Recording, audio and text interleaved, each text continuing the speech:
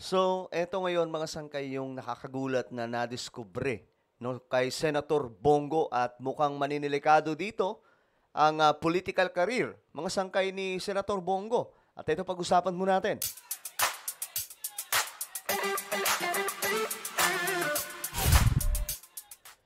Yo, what's up guys? This is me. I'm back for another vlog today. Kamusta po mga kababayan, mga solid sangkay? At ito, tingnan po natin tong sitwasyon. No, kasi may nagpasabog po. Actually, hindi lang isang beses ito na mayroon pong naglabas ng information na dadawit po talaga yung pangalan ni Senator Bongo. At mukhang mayayari siya dito. Well, before we go on, mga sangkay, meron po tayong YouTube channel. Siyempre, nakarating na po tayo sa 1.56 million subscribers. Kaya naman sa mga hindi pa po dyan nakakapag-subscribe at gustong mapabilang sa dumaraming mga solid sangkay, makikita nyo po yung subscribe button sa baba ng video na to. I-click nyo lamang po yung subscribe, i-click ang bell at i-click nyo po yung all. Sa mga nanonood po sa Facebook, i-follow nyo po yung ating Facebook page. Shoutout po pala sa lahat ng mga solid sangkay na nanonood ngayon. Comment down below, #SolidSangkay, kasama po ang inyong mga lugar. Alright? Para magkakilala po tayo. Ngayon, mga sangkay, eto nga pong si Senator Bongo ay viral lagi sa social media. Ayan po, kung titingnan po natin, napakarami pong balita tungkol sa kanya na may mga ugnayan, no? Tungkol po sa mga kontratista. Kasi yung kanyang mga magulang at paano ba, magulang or kamag-anak, yun, family niya, mga sangkay, is mga contractors. Ngayon, ito yung nakakagulat kasi mayroon pong nag-research dito. Ito, pakinggan po natin.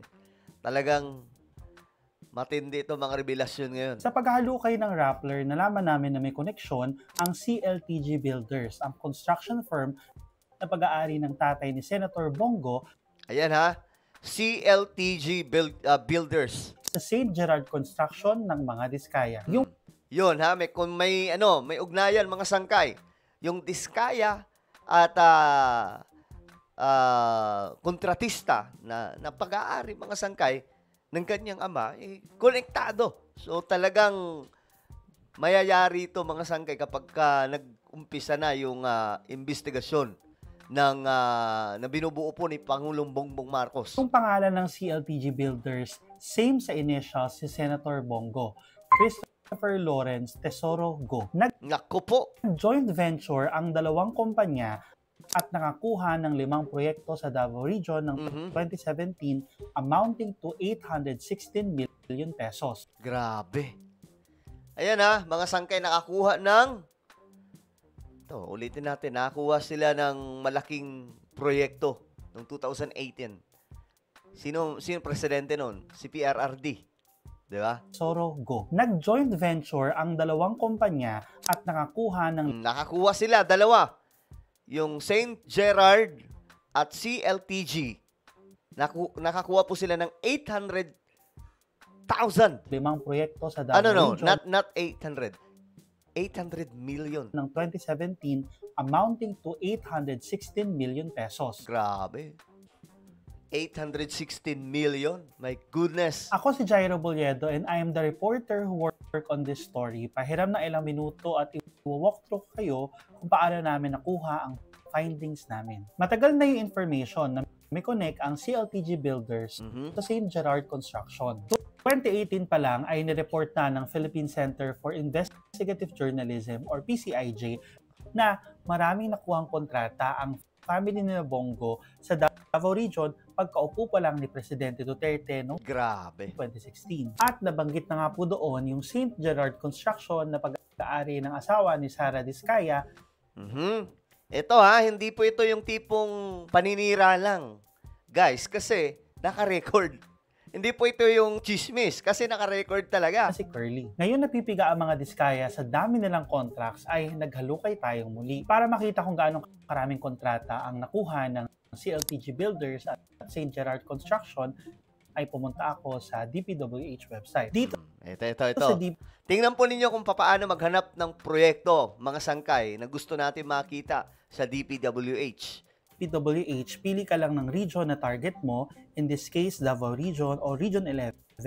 Makikita mo doon ang status ng project, anong taon, pati pangalan ng construction firm. Para mapadali ang paglinis at pag-analyze ng data, need nating ilipat yan sa spreadsheets. Isang data journalism technique na ginagamit Saan daw? Need natin ilipat sa...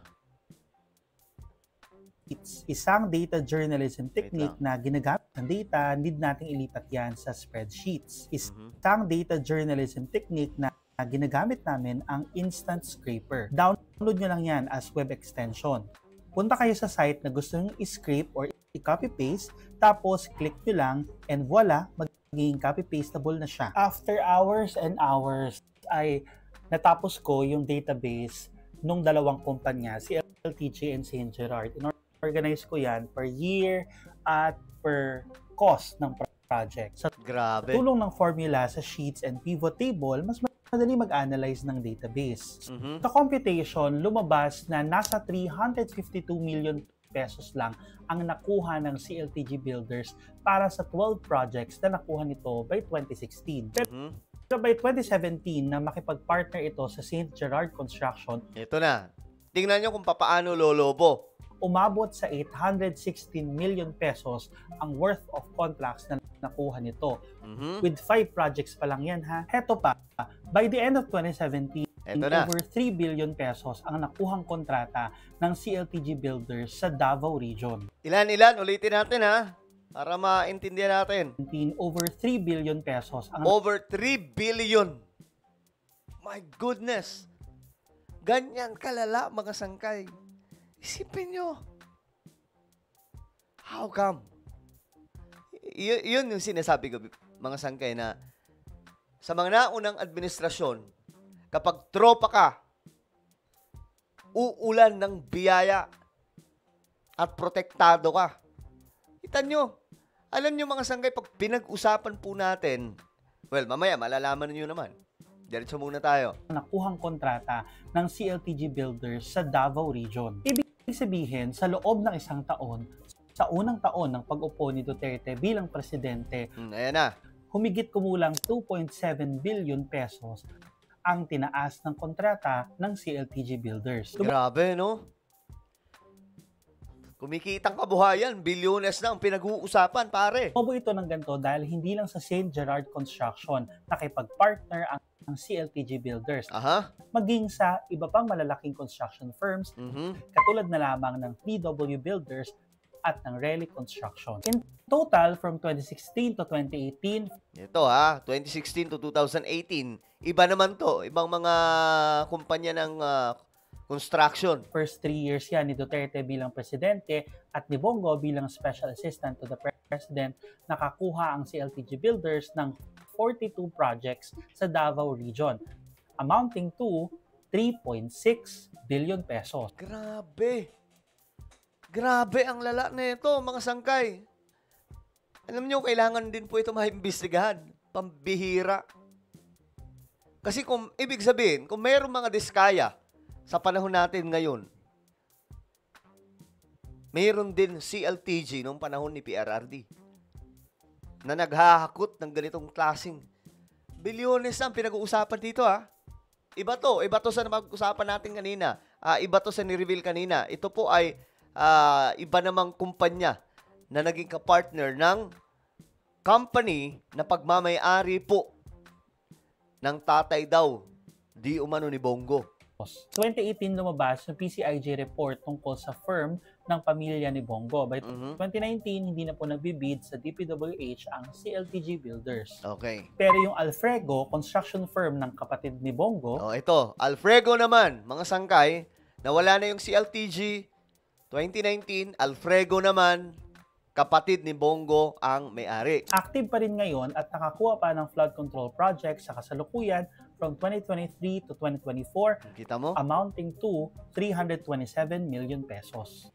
Itong question sa contracts na nakuha ng CLTG Builders at Alfrego ang subject ng plunder at graft complaints Nako. na final ni former Senator Antonio Trillanes sa Department of Justice nitong 2024. Pending pa rin po yung mga complaints na yan hanggang ngayon. After 2018, medyo tumamlay na rin ang contracts ng St. Gerard sa Davao Region. Pero dami rin lang nakuhang projects ha. From 2016 to 2023, umabot sa 5 billion pesos ang worth of contracts na nakuha nila. Sa Davao Region pa lang po yan. Basic journalism principle, kinuha po namin ang side ni Senator Go at ng mga Diskaya for fairness. Si Senator Go ay nag-reply naman sa Rappler at nagsalita rin siya sa Senate saying na wala siyang kinalaman sa business interests ng kanyang pamilya. Sabi ni Bongo, as I have said numerous time as early as 2018, 2021, 2024, and now I have nothing to do with their business. Kaya sila ang dapat na tanungin ninyo at hindi ako. Palusot. Si Sara Diskaya naman kinonfirm sa Senado na nagka-joint venture nga sila with CLTG ng 2017. We reported about this dahil sa dami ng kontratang nakuha ng mga Diskaya sa ating gobyerno and under fire ngayon ang Diskaya construction firms along with other top contractors dahil sa flood control projects. May investigation ng Senate Blue Ribbon Committee at Vice Chairperson doon si Senator Go. Kaya dapat bantayan kung paano iimbestigahan ni Senator Go ang pamilya niyang nakontrata sa gobyerno at nakipag-partner sa mga Diskaya. Kung may sumbong po kayo... Okay, so ito na ha, mga sangkay. Ang laki ng nakuha ng pamilya ni Senator Bongo ayon po dito sa report. At marami po talagang naglalabas na ito. Ang laki, mga sangkay, bilyon-bilyon na po ang pinag-uusapan, lalong-lalo na po nung panahon ni PRRD. Yung nauna pang kumpanya. My goodness. Kaya pala, kaya pala, nung nilabas ito ni PRRD, noong 2020, na siya mismo ang nag-reveal na rampant ang ghost project ng DPWH. Kahit pakinggan po natin yan, maririnig natin mula sa boses mismo ni PRRD. Ito. Ang DPWH, ang pinaka-racket dyan is yung ghost project. So, walang delivery ghost project. Marami yan. Karamihan yan, it's the regional director. No, kita nyo?